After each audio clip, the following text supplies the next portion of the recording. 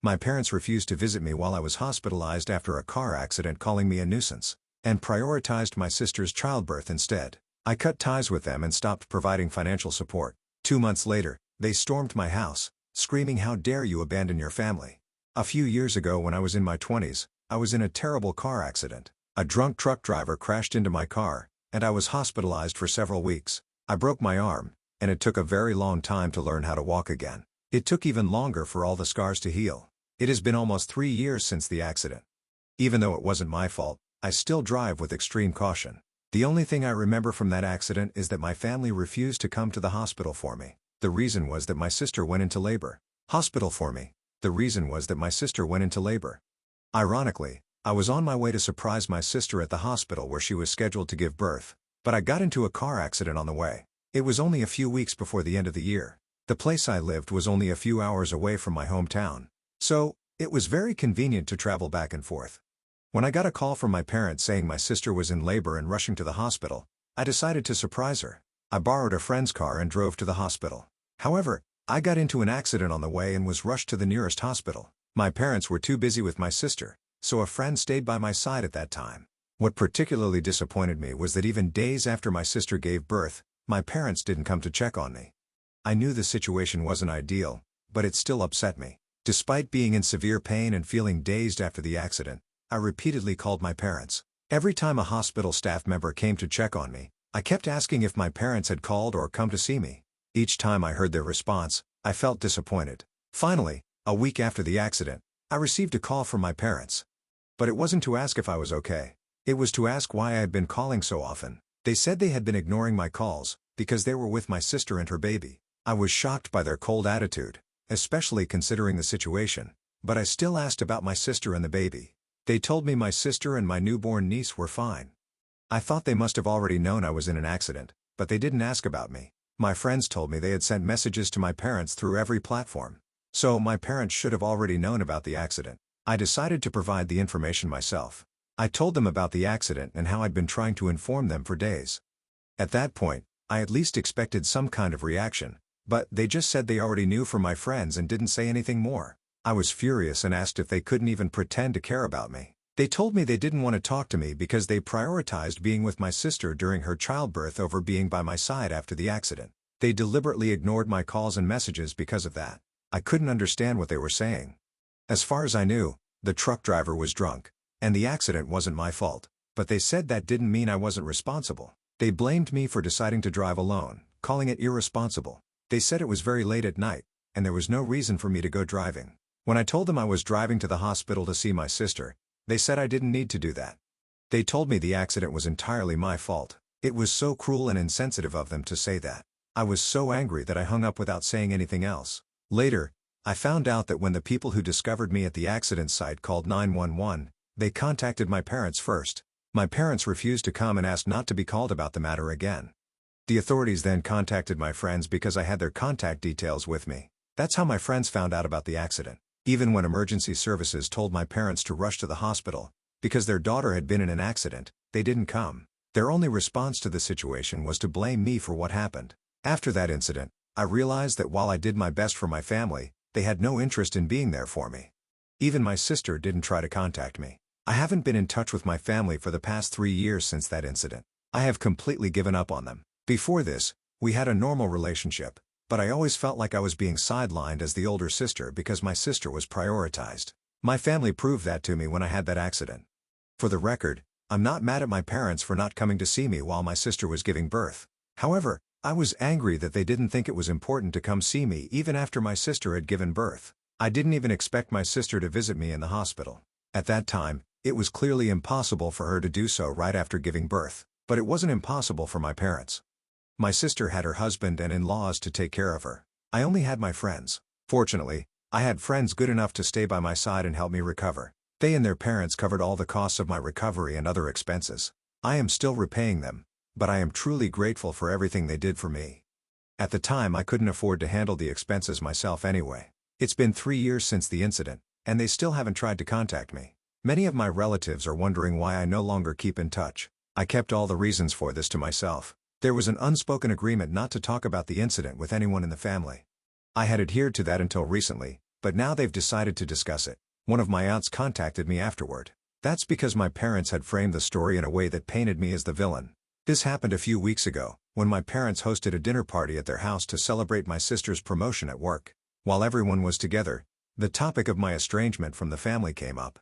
After repeated questioning, my parents finally decided to explain the situation after 3 years. They must have thought there was no need to keep it a secret anymore. However, when they told the story, they conveniently altered the facts of what happened after my accident. Some parts were true, like how I planned to surprise my sister at the hospital and got into a car accident on the way, but then they claimed they hadn't heard from me. They said they found out about the accident days later. By then, so much time had passed that they were preoccupied with my sister and her baby. They also said they hadn't thought much about why I didn't reach out. When they finally got in touch with me, they claimed the first thing they did was call me. They said I was so angry with them that I refused to talk, but that was completely untrue.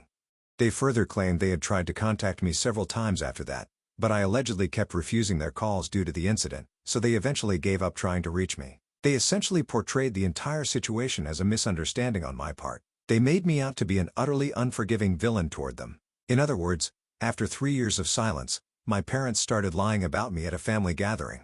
They spread a false story that I abruptly refused contact after the accident.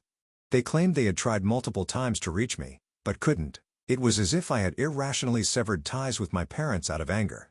One of my aunts contacted me after the family party celebrating my sister's promotion at work. Her voice was trembling on the phone, and she was clearly upset. When I told my aunt the truth, she was astonished. "I've learned that your parents have been telling such horrible lies," she said. Her words made all the emotions I'd been holding back for years come flooding to the surface. Since childhood, I was always compared to my sister. I still vividly remember the elementary school sports day. I was chosen as a relay runner and practiced hard. My team finished in second place, but my parents' attention was only on my sister, who was the cheerleading captain. "I wish you could stand out like your sister," my mother said.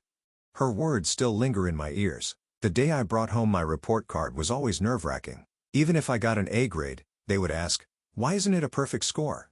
Meanwhile, my sister, who got a B grade, would be praised with, "You did so well." On the day of my junior high school closing ceremony, I wasn't feeling well from the stress of test week, but my parents went to my sister's extracurricular performance instead. They left with the words, "You're the stronger one." In high school, I was desperate to balance academics and club activities. I also served as the student council president and secured a university recommendation, but my parents' attention was focused on my sister, who landed the lead role in the drama club. Looking back, the difference in how my sister and I were treated was most apparent during family trips. In the summer of my second year in junior high, we went to Napa Valley. It was a luxurious trip where we stayed at a high-end hotel, but it was to celebrate my sister's victory in a choir competition. When I had won an award in the state science competition the previous year, all I got was a congratulations. At the hotel, my sister got the bed with the best view. I got a cramped spot near the door. "You're the stronger one." That phrase was always used to justify my patience. At dinner, the menu was centered around my sister's favorite dishes, with no consideration for the foods I disliked. The disparity was clear even in club activities. I participated in the state swimming competition, but my parents didn't come, saying they were too busy. On the other hand, they often went to cheer at my sister's volleyball practice games. "Your sister is emotionally delicate." That was another excuse I frequently heard. Even my university acceptance was overshadowed by news of my sister participating in a drama competition. The pattern didn't change after I became an adult. After graduating from university, I joined an IT company and steadily built my career as a systems engineer. I worked overtime willingly and actively learned new skills. At 25, I became an assistant manager, and at 28, I was promoted to project manager. My father said, "You're too serious." Meanwhile, my sister, who had dropped out of university and started working as a temp, was praised as finding her own path. At my first promotion celebration, my father changed the topic by saying, "I hope your sister finds a job soon." My mother indirectly asked for help by saying, "You're stable, so please support your sister too." I started sending money to my parents when my father fell ill and retired early. Initially, it was $500 a month, but my mother said, "Your sister will need money for her wedding too." And the amount gradually increased. Before I knew it, $1,000 a month became the norm. I gave up on buying my own apartment and lived a modest life in a small unit. Even so, I endured it because I thought I was helping my family. As my salary increased and bonuses grew, my parents' demands also escalated. "We need to save for your sister's wedding fund. We should start thinking about renovating the house." Before I knew it, More than a third of my income was disappearing from my parents and sister. Just as I was trying to save for a down payment on my own apartment, news of my sister's wedding came up. "You have savings, so it'll be fine, right?" my sister said, leaving no room for me to argue. I was asked not only to cover the $20,000 wedding costs, but also to help with the down payment for her new home, which completely drained my savings. On the wedding day, I managed everything from decorating the venue to handling the reception and arranging photography. Even so, my parents' speech was filled with blessings for my sister and her husband with not a single word of gratitude for me. Watching my sister in her wedding dress posing for photos with our parents, I quietly left the venue. My life took a drastic turn on the day of the accident. While I was stopped at a traffic light, a drunk truck driver crashed into my car at full speed. As the violent impact blurred my consciousness, my thoughts were on my parents. In the ambulance, barely conscious, I kept repeating, "Please contact my parents." However, my parents refused to take the emergency responders' calls. Their reason was that they were busy attending my sister's childbirth. Lying alone on the hospital bed, staring at the ceiling, I kept pondering the meaning of family. The pain in my broken arm seemed smaller compared to the pain in my heart. Rehabilitation was grueling. Walking exercises, arm therapy. None of it progressed as I hoped, and I often felt like giving up. At those times, it was my friends who supported me. They took turns visiting my hospital room, constantly offering words of encouragement. Their parents even covered my medical expenses, making it possible for me to continue treatment. Yet, my parents never visited me, not even once. The hardest moment came in the second week of rehab. I had just started walking exercises, gripping the parallel bars, and taking one determined step at a time. A nurse encouraged me, saying, "Take it slow, you're doing great." Sweating, I pushed through the training. My friend Mary visited me almost daily. She would stop by after work, always bringing my favorite books or magazines. "If your parents won't come, I'll be your family instead," she said. How many times did her words bring me to tears? Even my boss was understanding, telling me, "Take your time and focus on healing." My colleagues took turns visiting me, sharing updates about the office. Their presence made me feel connected to society. By the third month of rehab, I was finally able to walk on my own. My doctor told me, "Your strong will is the reason you've recovered so quickly." But I knew the truth. It was because of the unwavering support of my friends. Meanwhile, my parents still hadn't visited. After my sister gave birth, my mother sent me an email once, but all it contained was a photo of the baby. Not a single word about my condition or well-being. Even so, strangely enough, I didn't immediately stop sending money. The habit of transferring $1,000 every month continued even after the accident. Perhaps, deep down, I hoped it was my last chance that my parents would realize their mistakes and we could mend our relationship, but that hope was utterly betrayed. My parents began distorting the truth about the accident in front of our relatives, as if I had rejected them out of unreasonable anger and severed the family ties. When I heard the truth from my aunt, something inside me broke irreparably. On the day I made arrangements to stop the transfers, the bank clerk looked puzzled. "Are you sure you want to suddenly stop a transfer you've maintained for years?" they asked. I calmly replied, "Yes, it's no longer necessary." At that moment, my heart felt inexplicably lighter. It was as if I had finally been freed from the burden I had carried for so many years. After that, my parents' lifestyle changed drastically. The overseas trips they took every year became impossible. Dining out at high-end restaurants was no longer feasible. Even my sister had to start a weekend part-time job to cover her living expenses after my parents' financial support ceased. My parents' responses shifted gradually. At first, I was bombarded with angry messages. "I can't believe you could do this to us. How could you abandon your family?" These accusations came almost daily. However, as financial reality set in, their tone began to soften. "We were truly sorry for what happened back then. We should have been more considerate. We should have thought about your feelings." But those words of apology were always followed by, "Our life is really hard now. Could you please help us somehow?" It wasn't genuine regret, but calculated apologies driven by economic necessity. My sister's reactions were even more intense. "You know, our parents are living on their pension, right? My child's education costs are tough too. How can you be so heartless to your family?" Ironically, that word, family, was what I had needed most during the accident. The reactions from relatives varied. My uncle said, "A spoiled younger sister, and an older sister, who has been taken advantage of. This is the natural outcome," supporting my decision. When I showed hospital records and transfer histories, many relatives came to understand my decision. In particular, my aunt became a significant source of support. "You've done more than enough for your family. It's time for you to live your own life." Those words gave me confidence that my decision was the right one. 6 months have passed since I cut off financial support, and my life has changed significantly. I started attending a photography class, a long-held dream of mine. The instructor, Mr. Smith, praised the unique perspective in my work. "Your photographs capture the subtleties of life," he said, bringing tears to my eyes. I began going on photography trips with classmates from the course during weekends. Even when they learned about my past, they never judged me negatively. In fact, they supported my decision. I've become particularly close friends with Carla, who also attends the class. We've developed a relationship where we can share our struggles with one another. At work, I was chosen as the leader for a new project. Previously, I used to take on overtime to support my family financially. Now I use my time for personal fulfillment. I've started going out for meals with my team members after work, and with one of them, I felt a special bond beginning to form. As my savings grew, I was finally able to purchase the condominium I had always dreamed of. A bright living room filled with sunlight, walls where I can display my favorite photographs, and a peaceful space all to myself. I feel this is the beginning of my new life. On weekends, I host home parties and invite the friends who supported me during my rehab days. They genuinely celebrated my new life and said, "You're finally living as your true self."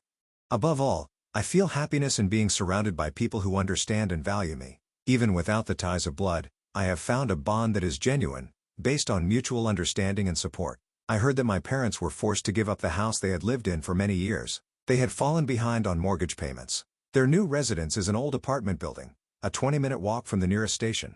There's no elevator, and they struggle with climbing the stairs every day. They had to sell most of their furniture and appliances. I heard my mother tearfully sold her expensive dishes and sentimental belongings. During the move, they were subjected to the curious eyes of their neighbors, and couldn't even lift their heads. My sister's finances also became increasingly strained. Her relationship with her husband deteriorated, and even his parents accused her, saying, "Why should we be dragged into your family's problems?" At a family meeting that I attended, my uncle directed harsh words at my parents. "After exploiting your eldest daughter for so many years, how can you say anything now?" Another aunt added, "This is the result of favoring your younger daughter and treating her this way." My parents kept their heads down the entire time, unable to find words to defend themselves. Once the center of family gatherings, my parents are now no longer even invited. The same is true for my sister. I heard that during the Christmas family gathering, no seats were prepared for my parents or my sister's family. It seems my mother, in particular, is struggling mentally. To avoid running into acquaintances at the supermarket, she now shops at stores far from home. My father has stopped going golfing on weekends, his favorite hobby, and tends to stay home. I also heard that no one attended my niece's birthday party. Although invitations were sent, everyone declined, citing other commitments. While I feel sorry for the child, who bears no fault, I also understand this is the result of my parents' and sister's actions. Recently, my parents' health has also been declining. Living in a low-cost apartment for pensioners has likely been more difficult than they anticipated. I've heard their air conditioning broke, and they couldn't afford to repair it, leaving it as is. Sometimes, I feel a pang of pain in my chest, but this change was necessary. For the first time, I feel like I'm truly living my own life.